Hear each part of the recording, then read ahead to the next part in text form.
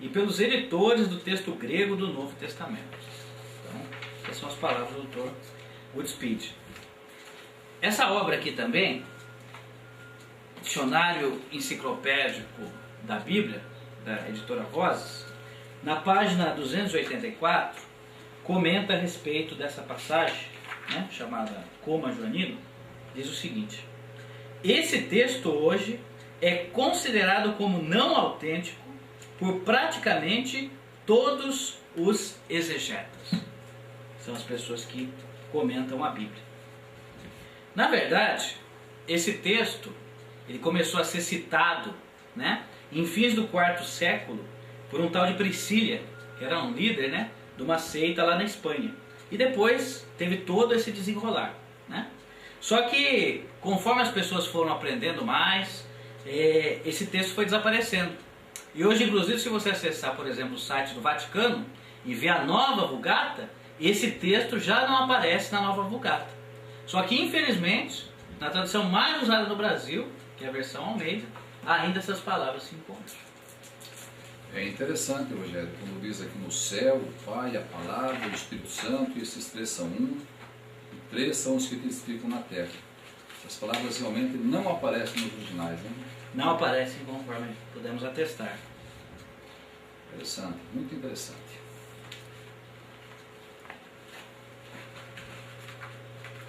A outra passagem que nós falamos aqui é a passagem de Marcos 16, versículos de 9 a 20.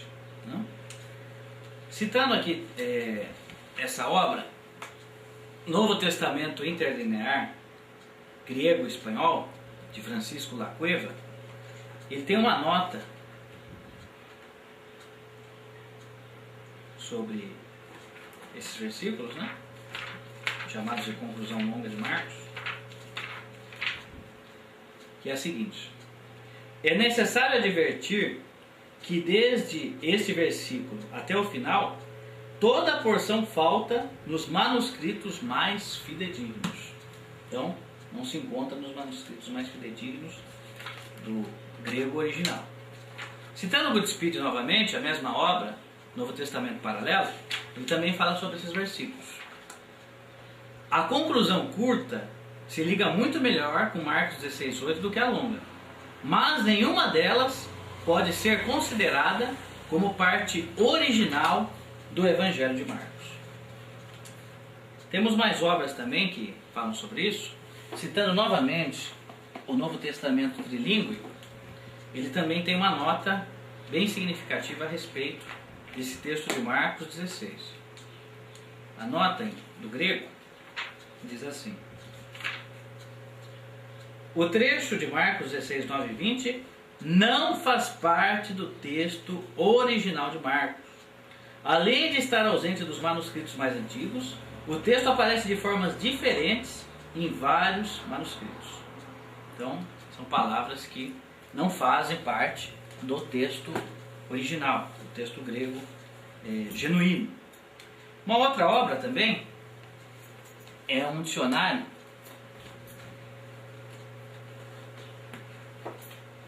da Bíblia Almeida. Nossa. Esse aqui, ó. Dicionário da Bíblia Almeida. Aqui na página 110, falando sobre o Evangelho de Marcos, ele faz um comentário dizendo assim: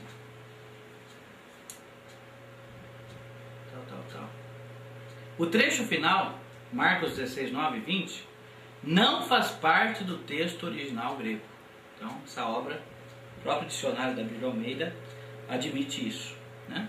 Temos mais algumas obras aqui, como ler o Evangelho de Marcos, né? Esse comentário aqui da Paulus, na página 179, ele diz o seguinte a respeito desse versículo: esse trecho é um acréscimo posterior, depois que colocaram no Evangelho de Marcos. Esse aqui também, Marcos, texto e comentário, na página 74, diz o seguinte: um final acrescentado ao Evangelho de Marcos. Página 77. Ó. O apêndice final, essas palavras, né, 16, 9 a 20, não pertence à obra de Marcos. Então, obras fidedignas aí, atestando isso, né? Se formos observar também notas em rodapé, Bíblia da Linguagem de hoje, por exemplo, ela é cândida em comprovar isso aqui que acabamos de citar, né? A nota aqui de Marcos 16 diz o seguinte, ó, os versículos 9 a 20 não fazem parte do texto original grego. Então, algo bem significativo também, né? Poderíamos citar outras Bíblias que também trazem a mesma conclusão, né? Como essa aqui, nos melhores textos, Imprensa Bíblica Brasileira, ela fala: nos melhores manuscritos antigos não consta o trecho dos versículos 9 a 20. Né? Esse comentário também, crítica textual do Novo Testamento, né? Tem um louvor aqui de autoridades, tanto no campo protestante como no campo católico. Na página 190, falando sobre esses versículos, diz o seguinte, ó, não há dúvida de que os versículos 9 e 20 foram acrescentados a Marcos 16 já no início do século II. E diz mais: nenhum dos términos representativos e conhecidos do Evangelho de Marcos representa de fato o original. Assim diz esse comentarista aqui.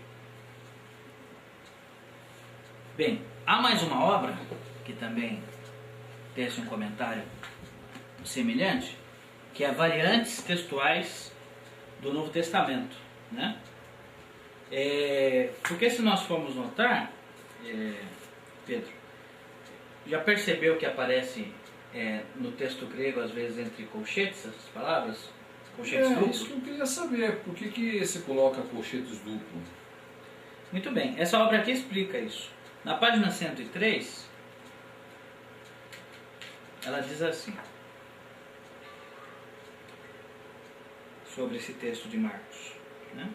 Ele aparece entre colchetes duplos, para indicar que não é original. Então, o colchetes dá esse indício, né? Bem, agora, e se ir direto na fonte, né? Quais são os manuscritos em grego mais aceitos, mais fidedignos, Pedro? O Vaticano 1209 e o Sinaítico, né? Exatamente, né? Aqui nós temos em facsímile, né, o Sinaítico, do quarto século era comum, e pode reparar que chega até Marcos 16:8, e daí já vai para o Evangelho de Lucas. As palavras 9 a 20 não aparecem, né? A mesma coisa acontece no Vaticano 1209. Ó. Marcos 16:8 termina e já vamos daí para o Evangelho de Lucas. Então, de fato, não aparecem dos originais. Só que alguns talvez podem perguntar, Pedro, que na tradução do Novo Mundo, essas palavras aparecem com letras menores. O que quer dizer isso?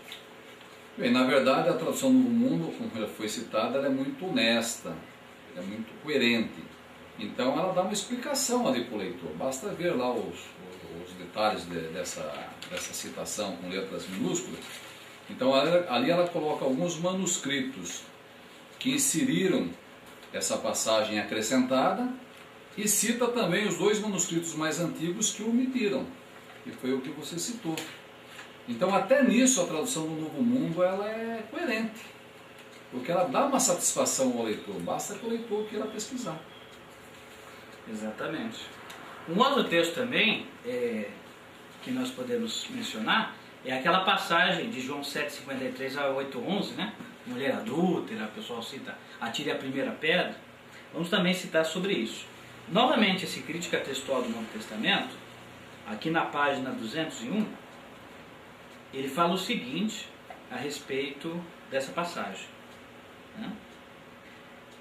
A evidência documental não deixa nenhuma dúvida quanto à origem não joanina da passagem.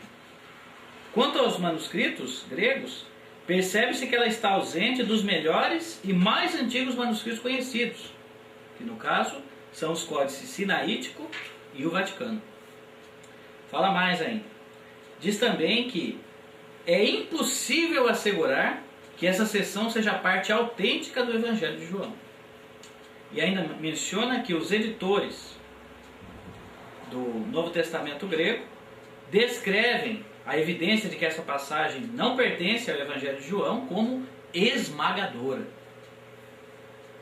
Mas temos mais coisas ainda para falar.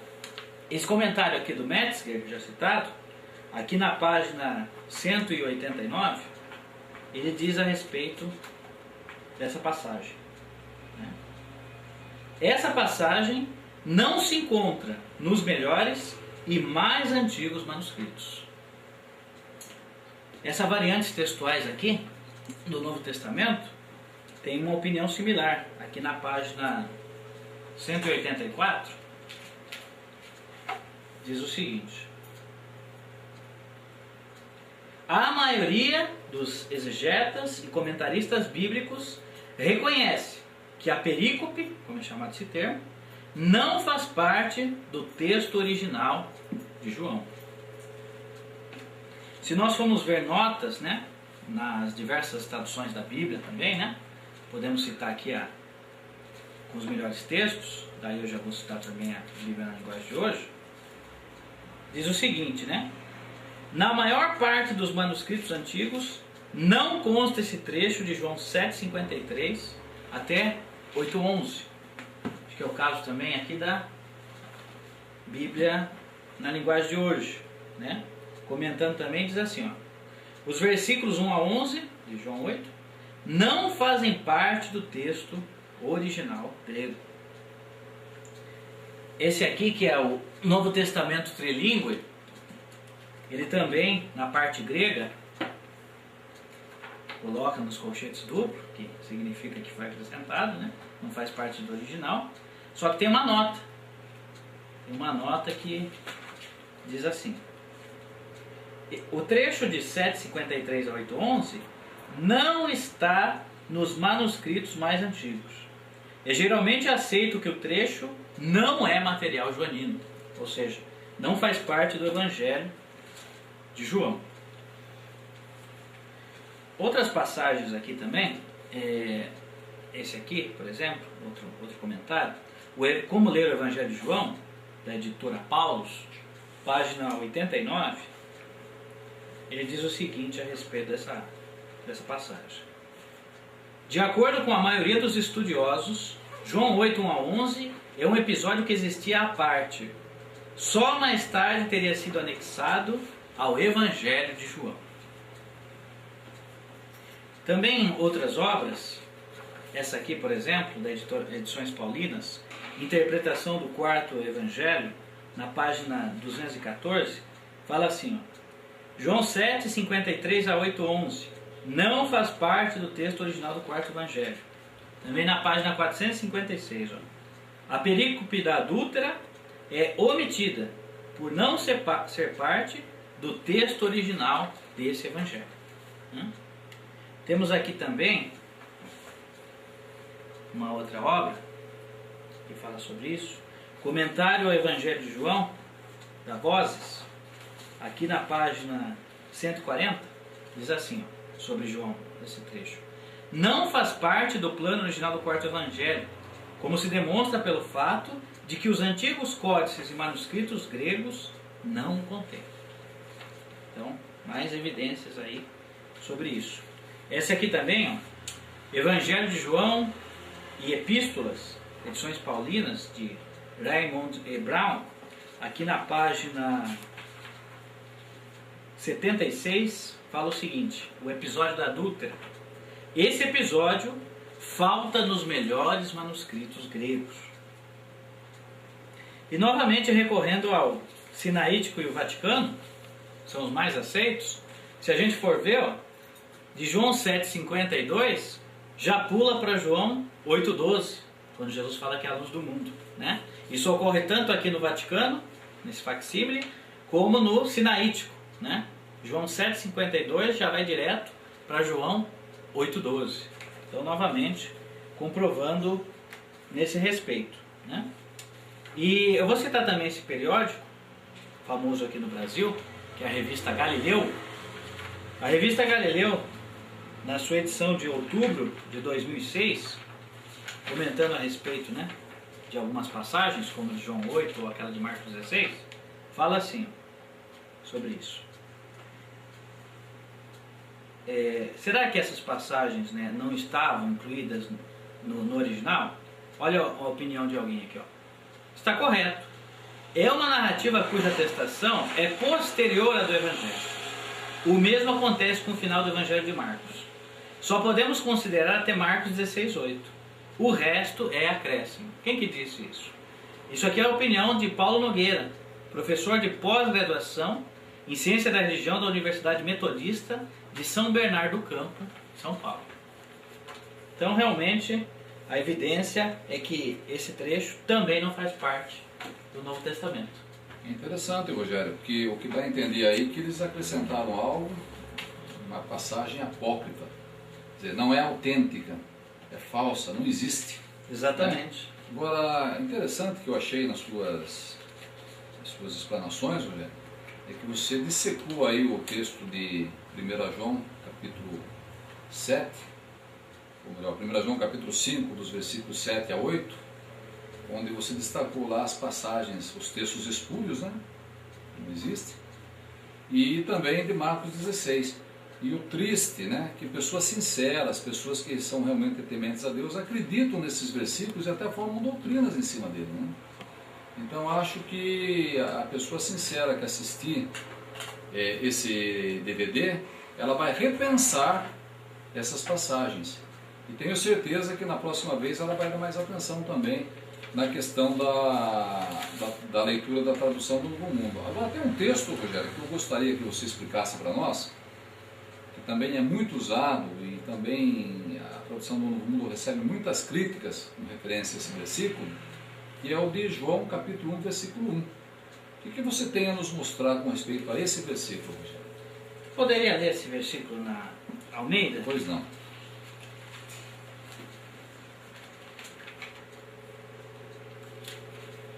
Está aqui no Evangelho de João, no quarto Evangelho de João,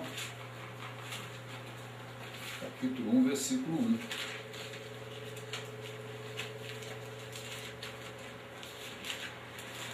Diz assim: no princípio era o Verbo, e o Verbo estava com Deus, e o Verbo era Deus.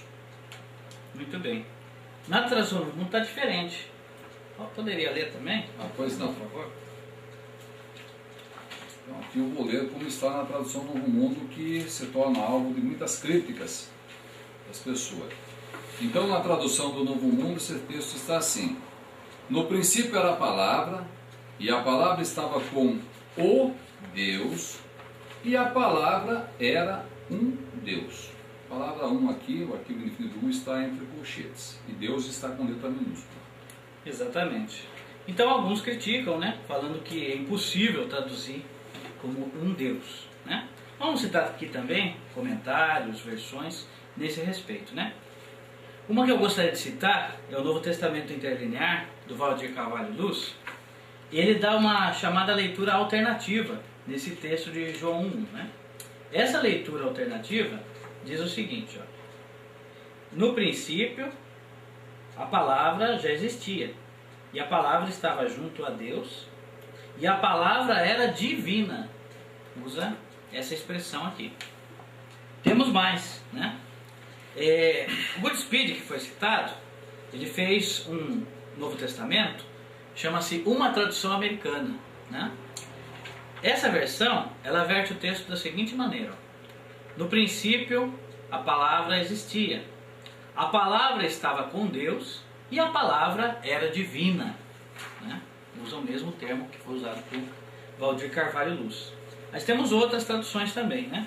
Essa tradução aqui, Nova Tradução da Bíblia, de James Moffat, aqui em João 1:1, olha como que ela verte essas palavras. O Logos existia no princípio.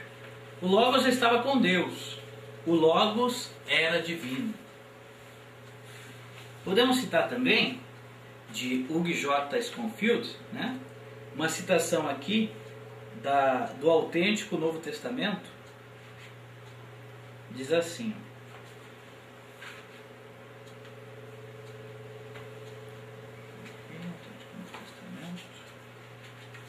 Psicologia 197. Fala assim: no princípio existia a palavra, e a palavra estava com Deus, e assim a palavra era divina. Esse comentarista aqui, W.C. Taylor, em Introdução ao Estudo do Novo Testamento Grego, essa obra aqui, na página 198,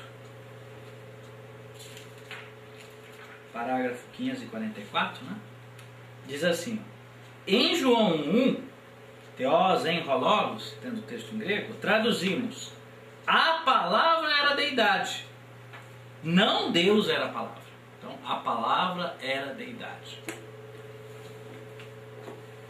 Uma outra obra também, esse Novo Testamento em alemão, de Emil Bock, sobre esse texto de João 1, olha só como ele verte